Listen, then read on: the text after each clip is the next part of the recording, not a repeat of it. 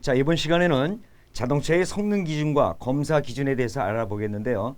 조금 짜증스러운 그 수업이고요. 여러분들이 암기를 하셔야 될 내용이기 때문에, 그러나 또 이거를 무시하고 넘어갈 수는 없어요. 그래서 우리가 아직까지도 엔진 본체로 들어가기 전에 자동차의 전반적인 내용에 대해서 수업을 하고 있는 중입니다. 자, 이번에 성능 기준 및 검사 기준에 관한 내용들은 다시 말씀드리지만은 전체적인 자동차가 우리 현재 국내에서 길거리를 나갔을 때 아무렇게나 만들어서 아무렇게나 다니는 게 아니고요. 어떤 법규 내에 틀이 있어야 되겠죠. 그래서 그 기준 틀을 가지고 여러분들에게 이렇게 정해진 거기 때문에 요거 암기 사항들이 상당히 많습니다.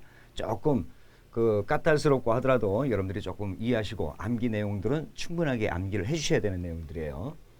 자, 가장 먼저 정의를 보겠습니다. 공차 상태라고 하는 거. 이 공차 상태라고 하는 것은 자동차의 사람 및 물품이 승차 또는 적재하지 않은 상태에서 가장 기본적인 연료, 그 다음에 냉각수, 윤활유, 이것은 기본적인 거죠. 이것이 완전히 다 채워져 있는 상태에서 여기에 예비 타이어가 있는 자동차들은 예비 타이어까지 적재된 상태에서의 무게, 실제로 설치해서 운행할 수 있는 상태, 이 상태를 우리가 공차 상태라고 합니다. 그러니까 요거 공차 상태의 개념을 정확하게 알고 계시는데, 필기시험에 여기 많이 나옵니다. 다음 중 공차 상태에 포함되지 않는 것은 뭐 이렇게 해가지고 연료라든가 냉각수, 윤활유, 예비 타이어 이외에 어떤 엉뚱한 거 하나 이렇게 딱 집어넣는 경우가 있어요. 그래서 이거 구별할 줄 아셔야 되고요.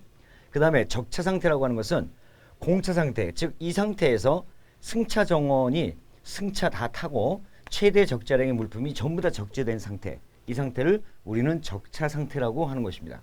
여러분들 요거 두 가지 가장 먼저 배우셨고요. 암기하고 계셔야 됩니다.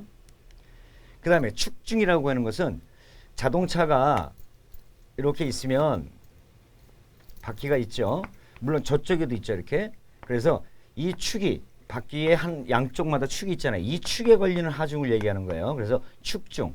그 다음에 바퀴에 걸리는 것은 바퀴 윤자를 써서 윤하중 이러는 거예요. 윤중이라고 하죠, 윤중. 그 다음에 축에 걸린 거는 축중이고. 그래서 앞쪽에 있는 축중은 양쪽에 있는 윤하중을 합한 게 축중이 되겠죠. 그죠? 그 다음에 차량 총중량 하게 되면 전후 축중에 걸리는 중량을 전체 차량 총중량이라고 하는 겁니다. 그거 구별할 줄 아셔야 되고요. 그래서 수평 상태에서 한 개의 축에 연결된 모든 바퀴의 윤중의 합, 이것을 우리 축중이라고 그래요. 그러니까 여기에 걸려있는 양쪽의 윤하중의 합을 축중이라고 하는 것입니다. 그래서 윤중은 한 개 바퀴에 수직으로 지면을 누르는 중량, 그리고 차량 중량은 공차 상태에서 차량 전체의 중량, 그리고 차량 총중량이라고 하는 것은 적차 상태에서, 그러니까 짐을 다 싣고 최대 실 수 있을 만큼 다 싣고 허가된 범위 내에서, 그리고 사람이 다 탄 상태, 이런 것들을 갖다가 우리가 차량 총중량이라고 얘기를 하는 겁니다. 이제 개념을 아시겠죠? 그 다음에 연결 자동차, 이건 이제 견인되어서 가는 자동차죠. 그죠? 그래서 견인 자동차와 피견인 자동차를 연결한 상태를 우리는 연결 자동차라고 하는 거예요. 트레일러 같은 거. 앞에 끌고 가는 차와 뒤에 끌려가는 차가 통틀어서 연결 자동차라고 하는 겁니다. 그 다음에 승차 정원은 뭐냐면 자동차에 승차할 수 있도록 허용된 최대 인원, 5인승이면 5인승, 6인승이면 6인승, 이런 운전자 포함해서 전체 탈 수 있는 인원을 우리는 승차 정원이라고 합니다. 그 다음에 최대 적재량은 자동차에 적재할 수 있도록 허용된 물품의 최대 중량. 그래서 우리가 화물차 같은 거 뒤에 보면 이렇게 톤수 나와 있죠. 1톤. 또 우리가 보통 화물차도 1톤, 2.4, 1.3톤, 뭐 2.5톤 막 이렇게 하잖아요. 그것이 적재할 수 있는 적재 물량에 허용된 중량이에요. 그래서 그것도 다 지켜야 됩니다. 그리고 길이, 너비, 높이가 있어요. 자동차는 아무렇게나 만드는 것이 아니고, 먼저 자동차의 총 길이는 승용차라든가 승합, 화물, 특수자동차 모두 다 어떤 자동차 간에 13m를 넘을 수가 없어요. 그러니까 자동차 제작회사에서 만들 때 13m까지 됐고 그 이상은 만들면 안 된다는 얘기죠. 그리고 연결 자동차, 연결을 했을 때, 그러니까 끌고 가는 견인 자동차와 피견인차를 합쳤을 때 그때는 16.7m 이내에 들어와야 된다. 그 넘으면 초과되면 안 된다는 얘기예요. 요거 암기 다 하고 계셔야 됩니다. 그리고 자동차의 너비는 2.5m를 벗어날 수가 없다. 우리가 도로에 보면 차폭 있죠. 그 차폭도 한 2.5 정도 된단 말이에요. 그래서 자동차가 아무리 커도 차폭이 2.5m를 넘으면 안 된다. 이때 외부 돌출부는 승용차 25cm, 외부 돌출부가 뭐가 있을까요? 백미러 같은 거. 차 전체에서 옆으로 돌출된 것들, 백미러를 얘기하는 거예요. 25cm를 넘으면 안 되고, 그 다음에 기타 자동차는 좀 큰 화물 자동차 같은 경우 30cm 이내에 들어와라. 너무 넓으면 지나가다가 부닥치겠죠. 그래서 이렇게 규정을 둔 것입니다. 다음에 피견인차가 견인차보다 넓을 경우, 예를 들어서 자동차를 위에서 봤을 때 끌고 가는 승용차가 요만하고 뒤에 트레일러가 이만해. 그러면 끌고 가는 차보다 피견인차 이게 더 넓죠. 이때 법규상으로 승용차가 예를 들어 25cm인데 얘가 가려가지고 뒤가 안 보이잖아요. 그죠? 이럴 때는 이 바깥으로 기준했을 때 10cm 이내 들어와라 이거야. 무슨 말인지 이해하시겠죠? 피견인차의 외축보다 10cm 미만에 들어올 정도는 나가도 된다. 이럴 경우만. 그러니까 요거 기준 잘 알고 계시고요. 그 다음에 자동차의 높이는 4m를 넘을 수가 없습니다. 그래서 우리가 육교라든가 요즘 거의 육교가 없어졌지만 육교라든가 어떤 터널이라든가 이런 거 할 때도 항상 차 높이가 나와 있죠. 그래서 자동차는 4m를 넘을 수가 없다. 적재함을 물건을 실어도 마찬가지입니다. 요거 기준을 갖고 계시고요. 그 다음에 측정 상태, 공차 상태, 직진, 수평면의 상태가 올바르게 돼 있어야 된다. 측정할 때. 그래서 차체 밖에 돌출부는 제거하거나 또는 닫은 상태에서 실시한다. 예를 들어서 화물차 같은 문을 이렇게 열려놓거나 이러면 안 된다는 얘기죠. 그래서 후사경, 안테나, 창, 경광등, 환기장치 이런 것들은 모두 닫은 상태에서 실시하고 측정을 한다. 그 얘기입니다. 자, 그 다음에 최저지상고는 접지 부분 외의 부분 지면과 10cm 이상이 돼야 된다. 이게 최저지상고 뭐냐면 도로가 있을 때 바퀴가 이렇게 있고 자동차가 이렇게 있으면 이때 차체가 도로면에서 가장 낮은 부분 요걸 최저지상고라고 그래요. 이것은 10cm 이상 높아야 된다. 왜? 턱 있죠. 안전턱 같은 거 이런 것들도 있고 또 너무 낮아버리면 차체가 손상되는 것도 있지만 도로가 파손되는 경우도 있어요. 그래서 양측에 모두 보호하기 위해서 차의 최저지상고는 무조건 10cm 이상 높아야 된다. 그런 겁니다. 한간에 젊은 친구들이 우리가 에어댐, 에어스커트 나중에 배우겠지만 자동차 앞에다가 에어스커트, 에어댐 이렇게 달고 다니는 차들도 있어요. 경주용 자동차를 예를 들어 보십시다. 굉장히 낮죠. 이런 차들 어때요? 둔턱 넘어갈 때 벅벅 다 긁히겠죠. 차체가 손상되는 건 둘째치고 도로가 파손이 되고 도로가 손상되기 때문에 이런 건 안 된다. 그래서 어쨌든 간에 차의 최저지상고는 10cm 이상 되어야 된다. 그 얘기입니다.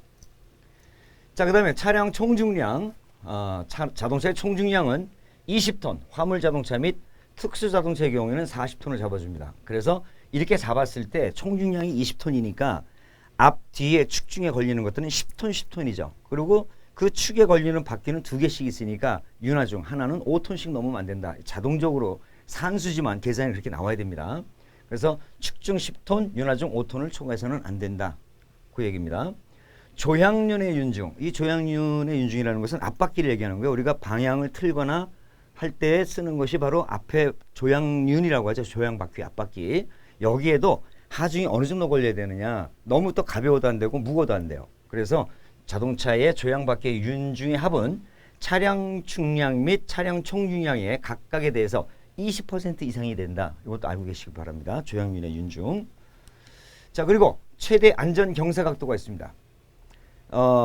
커브를 돌 때나 어떤 도로가 약간 기울어졌는데 화물을 싣고 어떤 자동차가 약간의 경사가 있다고 그래가지고 거기서 전복이 되면 안 되겠죠. 주행할 때. 그래서 최대 몇 도까지 자동차가 전복이 되지 않아야 되느냐.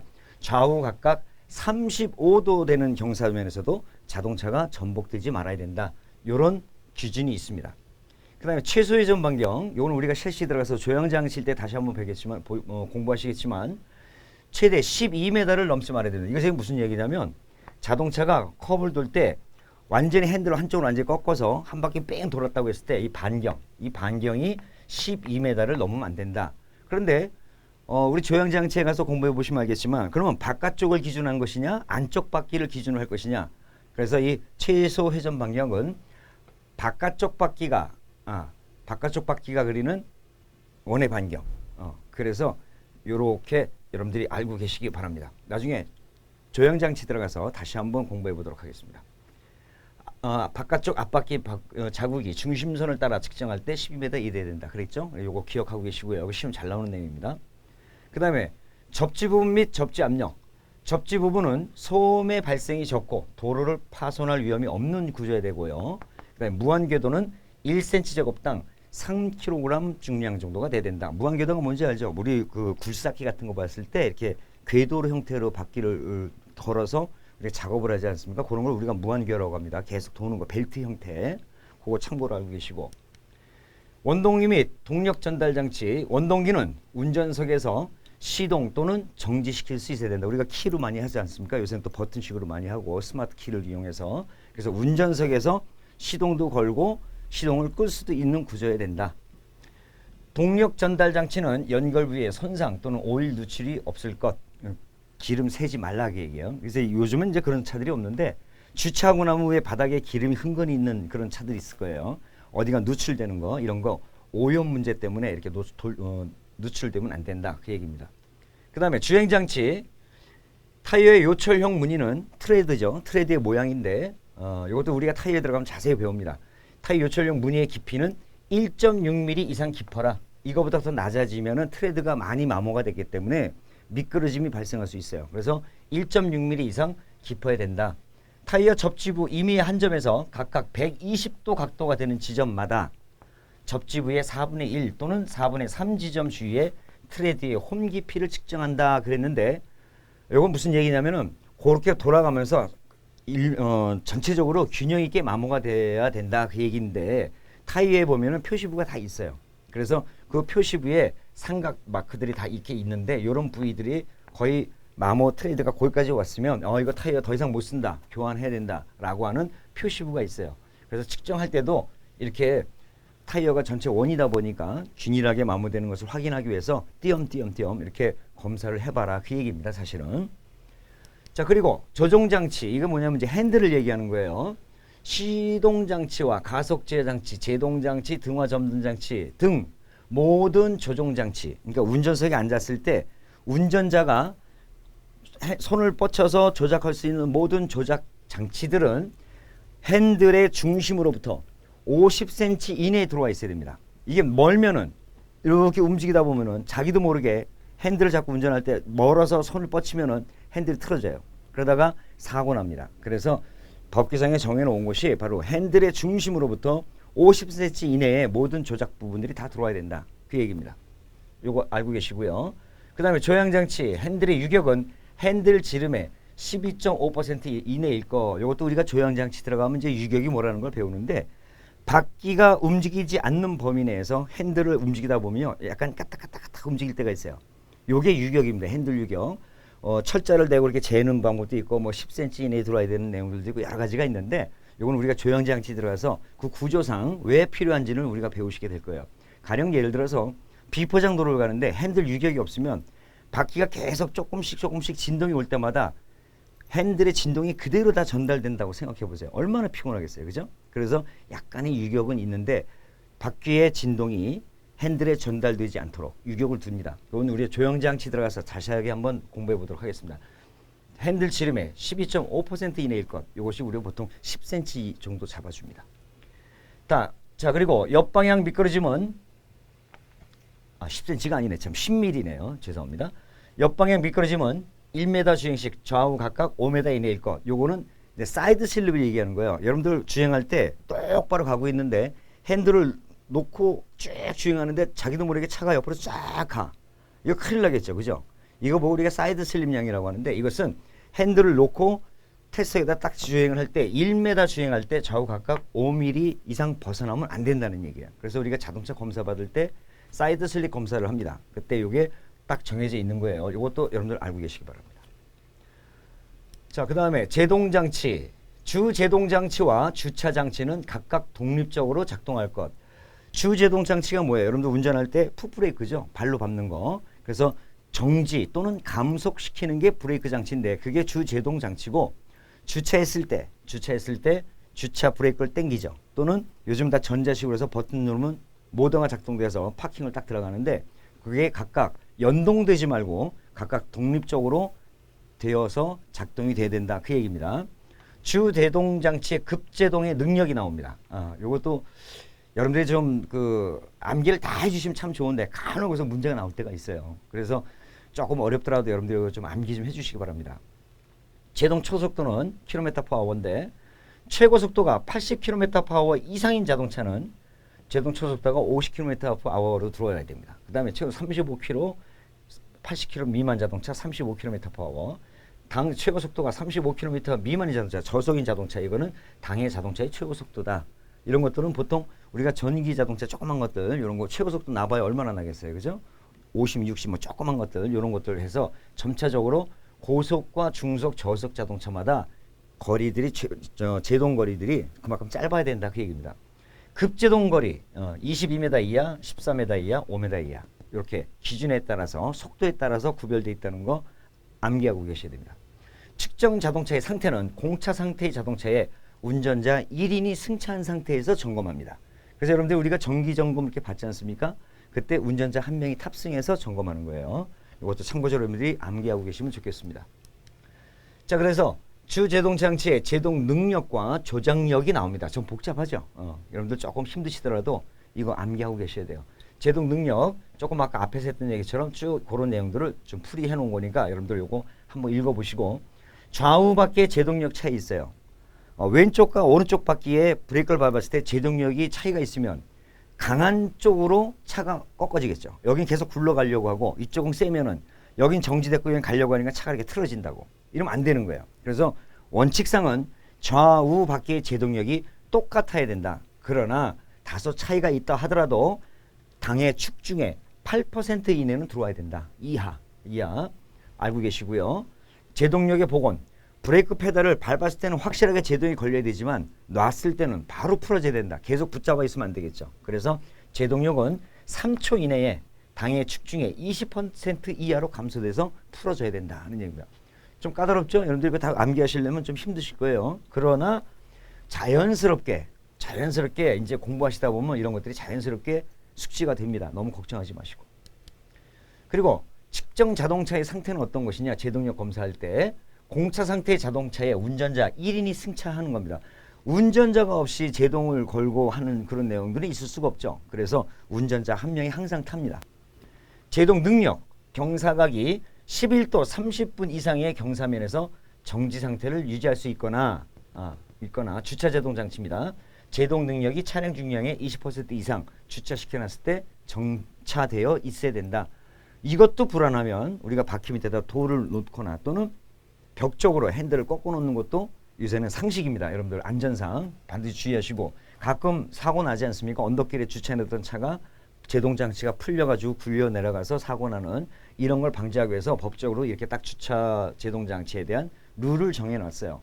그래서 이거 말고도 운전자가 인지해서 또 안전사고를 예방할 수 있는 거라면 최선을 다해서 해야 되겠습니다.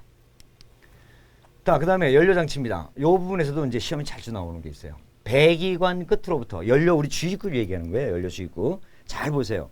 우리 자동차 주유소 가서 연료 주입구 딱 뜬 거 보려면 그것이 주입구가 저 밑에 배기 매니폴드, 배기구로부터 얼마 이상 떨어져야 된다. 왜? 거기 열이 나오고 불꽃이 나올 수도 있기 때문에 자칫 화재가 날 수 있겠죠. 그래서 연료 장치의 연료 주입구는 배기관 끝으로부터 30cm 이상 떨어질 것. 이거 시험에 잘 나옵니다. 그리고 노출된 전기 단자, 휴즈박스라든가 뭐 여러 가지 전기의 연결 장치 또는 개폐기구로부터 20cm 이상 떨어져야 됩니다. 저 연료 장치. 왜? 전기 쪽에서 이런 개폐기구라든가 단자 이런 데서 스파크가 날 수도 있지 않습니까? 그래서 점화 원이 될 수가 있어요. 그래서 배기관 끝으로부터 30cm 이상, 그다음에 전기 단자 또는 개폐기로부터 20cm 이상 연료 주입구가 떨어져 있어야 된다. 이 부분 시험에 아주 잘 나옵니다. 그다음에 고압 가스 연료 장치 있죠. 그러니까 LPG 기관, 가스 기관 자동차 얘기하는 거예요. 고압 부분의 도관은, 그러니까 파이프, 가스가 가는 그 파이프를 얘기하는 거예요. 보통 우리가 연료 본배라고 하죠. 연료 탱크라고 안 그러고 가스 탱크를 본배라고 하는데 보통 자 트렁크 쪽에 있죠. 거기서부터 엔진이 앞쪽에 있다 보니까 앞쪽 가스가 와야 되는데 그때는 강파이프를 이용하지 않습니까? 그래서 그 강파이프가 도관은 가스 충전 압력에 가스 용기 1.5배 이상 압력이 견딜 수 있을 것. 압력이 1.5배 다 견딜 수 있어야 되는 본배, 그리고 강파이프 그래야 된다는 얘기죠. 그리고 양 끝이 고정된 도관은 완곡된 형태로 구부러지거나 이런 형태로 해서 차체 올 때 1m마다 다 고정을 시켜야 된다는 얘기예요. 그러니까 늘어지지 말아야 된다는 얘기예요. 그래서 1m마다 차체에 고정시킬 것. 이 부분에서 시험 자주 나옵니다. 참고하십시오. 차대 및 차체, 뒤 오버행, 뭐 앞 오버행. 근데 이 오버행이 뭐냐면은 자동차가 있으면 바퀴가 있고 이쪽이 앞이라고 봅자고요. 여기 바퀴 앞바퀴의 중심에서부터 차체 앞까지의 거리, 이걸 오버행이라고 합니다. 그래서 이게 앞쪽이면 앞 오버행, 요게 뒤쪽이면 뒤 오버행이라고 얘기합니다. 이 오버행이 길면 어떤 현상이 나타날까요? 세단 같은 거 길면, 이게 길면 예를 들어서 완곡된 도로, 이렇게 꺾어져 있는 도로에서 여기 이렇게 지나가려고 그래. 그러면은 어떻게 되겠어요? 여기 걸리죠. 이렇게 걸린다고. 걸려가지고 차가 못 지나가. 또 언덕길 올라갈 때도 턱 걸려버려. 그래서 이 오버행은 짧을수록에 좋겠죠. 그래서 여러분들 길 가는 자동차들 가만히 보세요. 물론 화물 자동차들은 거의 앞에 있죠. 그러나 승용차도 뭐 이 정도 나오겠지 했는데 천만에. 뒤쪽은 가 있지만은 앞쪽은 짧아요. 가만히 보세요. 앞쪽은 굉장히 짧아요. 그래서 이 앞 오버행, 뒤 오버행, 이 오버행이 뭔지 아시니까 요 거리는 짧을수록에 좋다. 그래서 경영 및 소형 자동차의 뒤 오버행 값은 가장 앞에 차축 중심에서 가장 뒤축 차축 중심까지의 수평거리의 20분의 11 이하일 것. 이렇게 나와 있습니다. 그 다음에 배영, 화물 자동차 등 화물을 밖으로 적재할 필요가 없는 자동차의 오버행은 허용한도는 3분의 2 이내여야 된다. 참고로 알고 계시고요. 즉 배영 화물 자동차의 배영 알죠? 벤 뒤에 있는 거. 자체 오버행은 CL은 3분의 2보다 같거나 작습니다. 그래서 이 오버행의 개념을 여러분들이 좀 알고 계시기 바랍니다. 자, 그리고 측면 보호대. 요거는 이제 승용차에서는 거의 없고요. 화물 자동차를 보시면은 앞바퀴에서부터 화물 자동차 이렇게 보면은 뒷바퀴가 이렇게 있고 앞바퀴가 있는데 이 거리가 멀다 보니까 또 이게 차체가 높죠. 그러다 보니까 이 옆에 공간이 굉장히 넓어요. 그래서 자칫 이 안으로 뭐 사람이든 뭐 물건이든 자동차든 이 안으로 들어가지 못하게 측면 보호대가 이렇게 파이프 같은 것들을 이렇게 막아놨죠. 그래서 요걸 보고 우리는 측면 보호대라고 얘기하는 거예요. 그래서 차량 총중량이 8톤 이상이거나 최대 적재량 5톤 이상인 화물 자동차 또는 특수 자동차 및 연결 자동차는 측면 보호대를 반드시 설치를 해야 됩니다. 이때 보호대 간격은 바퀴와 40cm 이상, 바퀴하고 40cm 이상 떨어져야 되고 지상과는 55cm 이상 높아야 된다. 이내에 된다. 지상과는 55cm 이하일 것. 이렇게 딱 규정해 놨습니다. 여러분들 그거 알고 계시기 바랍니다. 자, 그리고 후부 안전판. 우리 그 화물 자동차 등 거 이렇게 뒤에 보면은 또 파이프가 이렇게 안전판이 또 되어 있죠. 그죠? 뒤에서 오는 차량들이 혹시나 추돌 났을 때 화물차 밑으로 들어가지 못하게 막는 판 갖다가 우리는 후부 안전판이라고 합니다. 이 후부 안전판은 자동차 너비의 100% 미만. 같거나 거기보다 조금 작거나. 그죠? 미만이면 그보다 조금 작아야 되죠. 그죠? 그러니까 99.9 미만이니까. 그래서 거의 같은 건데 차가 뒤에서 추돌할 때 뒤로 들어오지 말라고 막아주는 안전판입니다. 가장 아랫부분과 지상과의 간격은 55cm 이내에 된다. 그 다음에 후부 안전판의 설치 방법 등에 대한 기준 및 중 차량 수직 방향의 단면 최소 높이는 10cm 이상이다. 이것도 참고로 알고 계시고요. 그 다음에 운전자의 좌석이 있습니다. 운전 좌석도 아무렇게나 만드는 게 아니에요. 우리가 뭐 운전 좌석에다 편하게 가려면 소파 얹어도 될 거 아니야. 그죠? 그러나 소파 안 됩니다. 그래서 운전자의 좌석도 기준이 있어요. 어떠냐? 핸들 중심과 과도한 편차가 없어야 되면서 중심축에서부터 너무 이렇게 옆으로 가면은 항상 운전할 때 핸들 여기서 이렇게 가는 사람 없잖아. 그죠? 항상 여기서 움직인다고. 그래서 가급적이면 핸들 중심과 좌석의 중심이 같아야 된다. 이때 가로 세로 각각 40cm 이상일 것. 너무 좁아도 안 돼요. 또 너무 넓을 필요는 없는 거고. 그래서 40cm 이상일 것.